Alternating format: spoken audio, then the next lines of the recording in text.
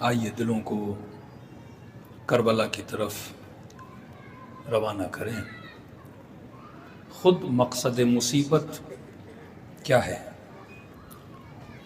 اتنا دین میں رونے کی سفارش کیوں ہے؟ ہنسنے کی سفارش نہیں۔ وَاضْحَكُوا قَلِيلًا وَابْكُوا كَثِيرًا، کم ہنسا کرو، زیادہ رویا کرو، کیونکہ رونے سے مردہ دل زندہ ہو جاتے ہیں۔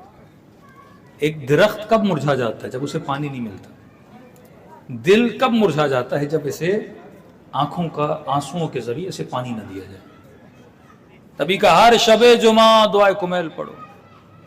ایک امام مجھے دکھائیے جو رات کی اندھیری راتوں میں بیٹھ کے گریہ نہ کرتا۔ جناب سیدہ امیر المومنین، مناجات امیر المومنین، دعائے کمیل، دعائے ابو حمزہ سمالی امام زین العابدین، دعائے عرفہ امام حسین، اسی طرح ہر امام کی آپ دعا پڑھیں گے، ہر امام کا صحیفہ پڑھیں گے۔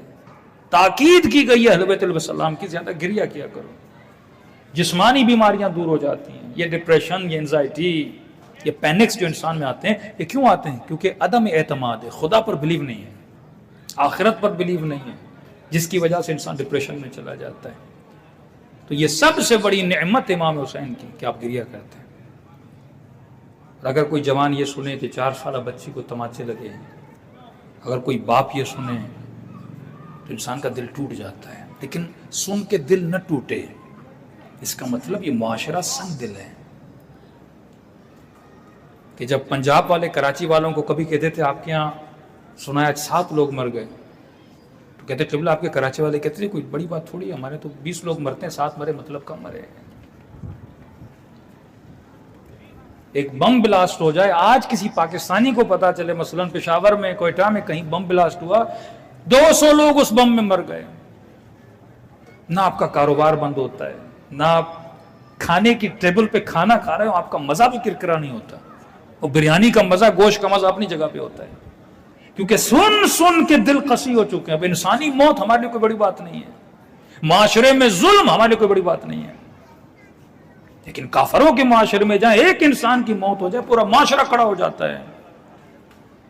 فرانس میں ایک 16 ایئرز بچے کو کسی پولیس والے نے فائر کیا، بچہ مر گیا۔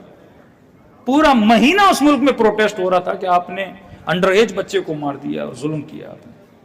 یہ زندہ معاشروں کی نشانی ہوتی ہے جو ظلم کے خلاف آواز اٹھاتے ہیں۔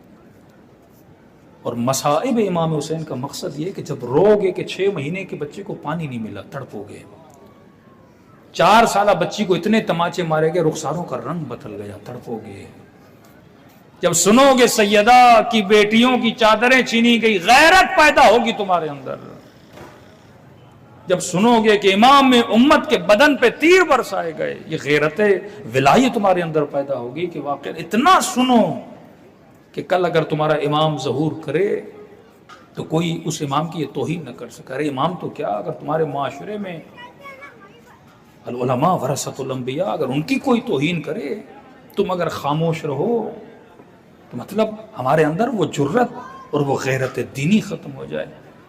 یہاں تک فرمایا اگر کسی کو گناہ کرتے ہوئے دیکھو، روک نہ سکو، اپنے اندر ایک گلٹ پیدا ہو کہ واقعی اس معاشرے میں گناہ کیوں رہا، لیکن اگر کوئی تمہارے سامنے گناہ کا ذکر کرے اور پھر بھی تمہارے اندر غیرت دینی نہ آئے تو مطلب خدا سے محبت نہیں ہے۔ اہل بیت علیہ الصلوۃ والسلام جب سنتے تھے، گنہگار آتے تھے امیر المومنین کے پاس، یا علی میں نے یہ گناہ کیا، مولا کہتے تھے ذکر نہ کر، جا توبہ کر۔ پھر کہا یا علی میں نے یہ گناہ کیا، امام نے کہا ذکر نہ کر، گناہ کا ذکر کرنا اچھی بات نہیں ہے۔ تیسری بار کہا یا علی میں نے یہ گناہ کیا، امام نے کہا غیرت الہی اجازت نہیں دیتی کہ تمہیں سزا نہ دوں، اقرار کیا، اب علی تجھے سزا دیں گے۔ اپنا محب بھی تھا تو انہوں نے سزا دی۔ جس معاشرے میں خوف خدا ختم ہو جائے، جس معاشرے میں گناہ کا کبھی ہونا کبھی نہ رہے، جس معاشرے میں شراب نوشی، جس معاشرے میں کرپشن اور زنا اتنا عام ہو جائے اور لوگ سنیں اور اس پر آواز بلند نہ کریں، اس کا مطلب غیرت دینی نہیں ہے۔ خود ذکر مصیبت امام حسین انسان کے مردہ دل کو زندہ کرنے کے لیے، تبھی فرمایا اکثر اپنی زبانوں پر ذکر امام حسین کو جاری رکھو، کا خلوص دل سے مجھ حسین کو جو سلام کرے گا خدا اسے ثواب زیارت حسین عطا کرے گا۔